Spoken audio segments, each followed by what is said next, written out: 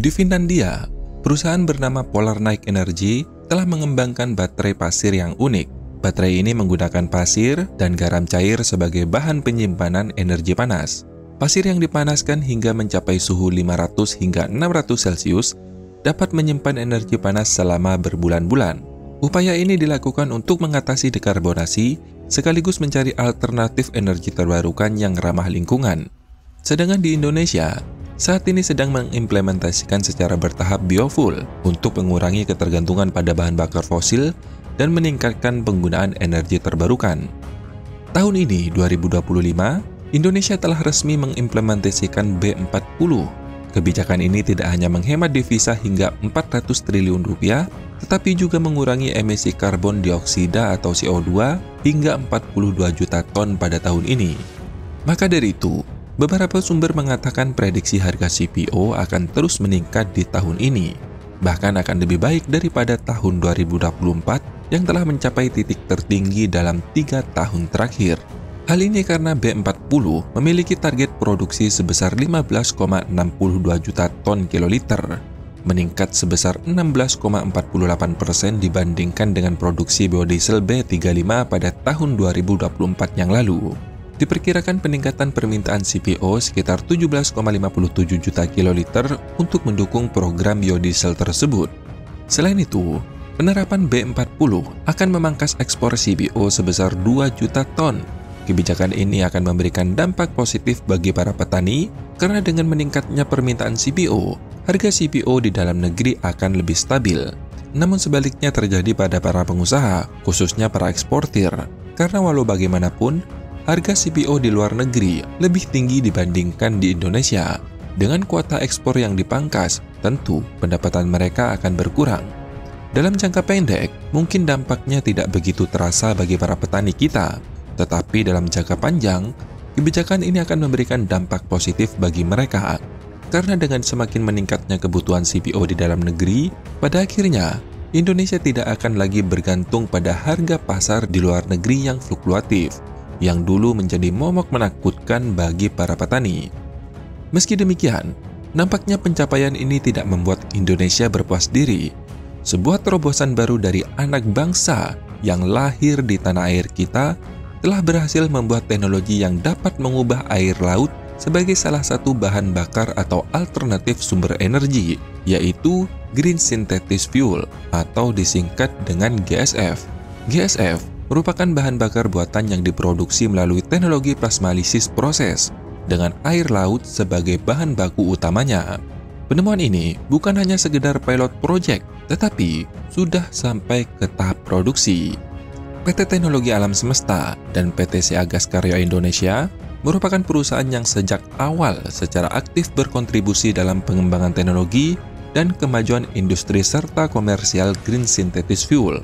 Pengembangan GSF didukung penuh oleh Badan Riset dan Inovasi Nasional atau BRIN yang telah memberikan rekomendasi pemanfaatan GSF untuk berbagai sektor industri.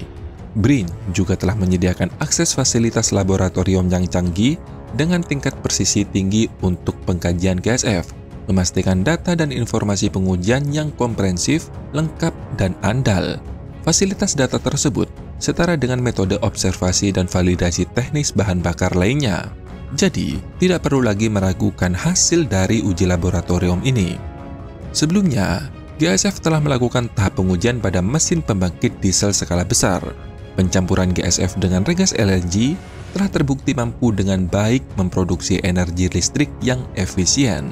Bahan bakar GSF sebagai adiktif dicampur dengan regas LNG berpotensi menghemat biaya bahan bakar pembangkit yang signifikan melalui pengurangan konsumsi LNG. CEO PT Teknologi Alam Semesta, Eden Napitulu mengatakan, unit GSF plant didesain bersifat modular dengan kapasitas produksi bahan bakar yang dapat memasok pembangkit listrik hingga kapasitas 5.000 kW. Bisa bayangkan, konsumsi listrik per kapita di Indonesia hanya sebesar 1.400 kWh. Itu berarti satu rumah tangga jika isi 4 orang, satu unit GSF plant dari PT Teknologi Alam Semesta ini dapat memenuhi kebutuhan listrik untuk sekitar 7.700 rumah tangga.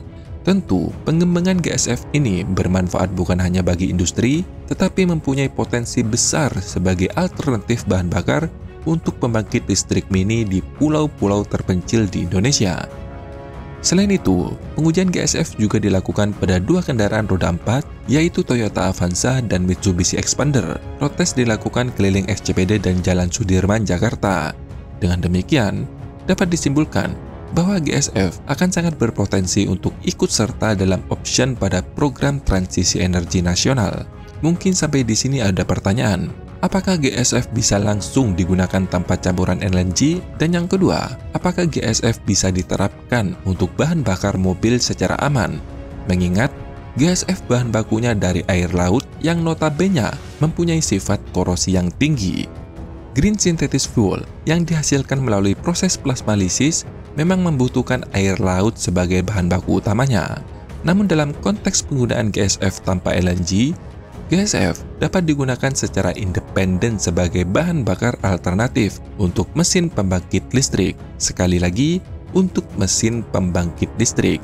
Alasan mengapa penggunaan masih menggunakan campuran dengan LNG, karena pengujian dilakukan pada mesin diesel yang tidak dirancang khusus menggunakan GSF sebagai bahan bakarnya, sehingga penggunaan aditif LNG diperlukan sebagai campuran guna melindungi komponen mesin dari sifat korosif GSF. Itu berarti, dalam pengembangan lebih lanjut, jika mesin pembangkit listrik dirancang khusus untuk menggunakan GSF, maka GSF dapat digunakan secara independen tanpa perlu campuran LNG. Ini akan membuka lebih banyak potensi bagi GSF sebagai bahan alternatif yang ramah lingkungan dan efisien.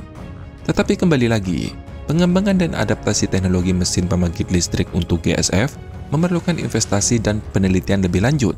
Tetapi sekali lagi, inovasi ini memiliki potensi besar untuk masa depan energi hijau di Indonesia.